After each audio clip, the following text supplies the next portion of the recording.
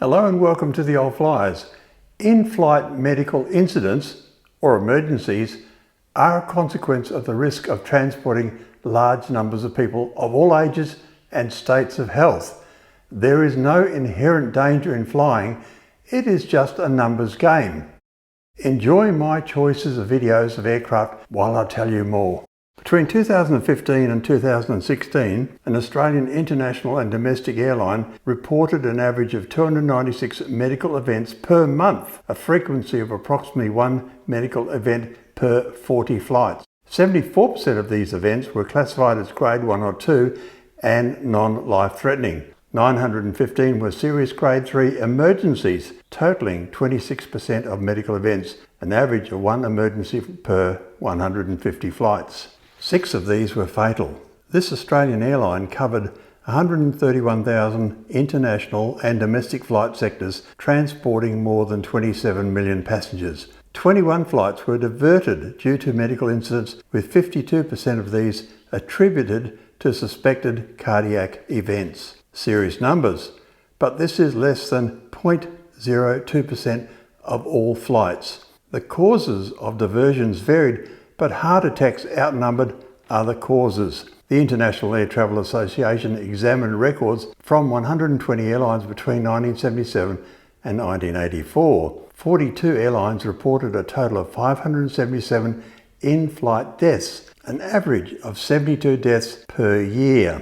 Deaths occurred at an average rate of 1 per 3.2 million passengers, 125 per billion passenger kilometres and 25.1 per million departures. 66 of those who died were middle-aged men. Most of the individuals reported no health problems prior to travel.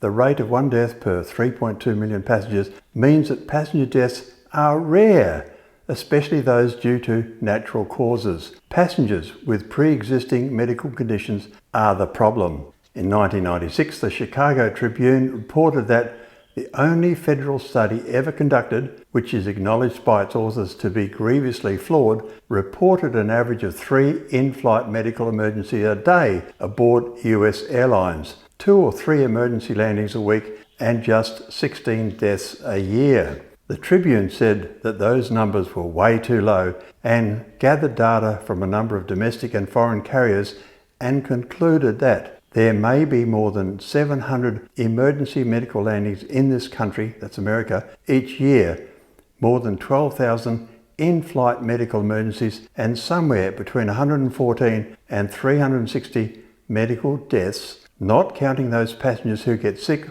on an airplane and die after reaching hospital. 360 deaths a year over US skies translates into a death about every 45,000 flights, similar to the International Air Transport Association data.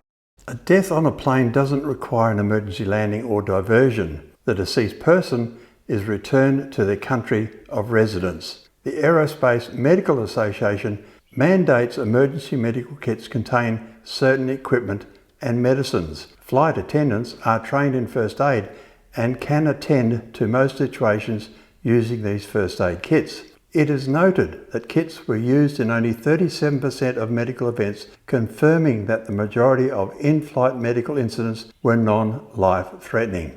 When the air crew call to ask whether there is a doctor on board and that isn't successful, the pilots radio physician-directed medical communication centres to seek advice. Between January 2008 through to October 2010, one medical aviation call centre received 11,920 calls. That was from flights serving 744 million passengers across 7.2 million flights.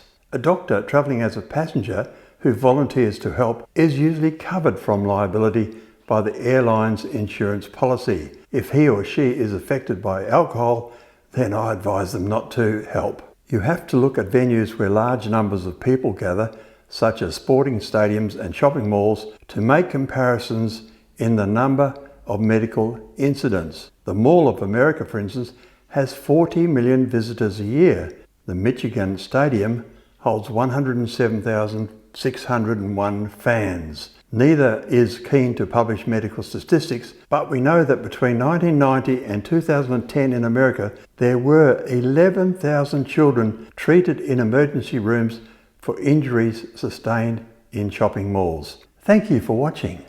Liking and subscribing promotes new content.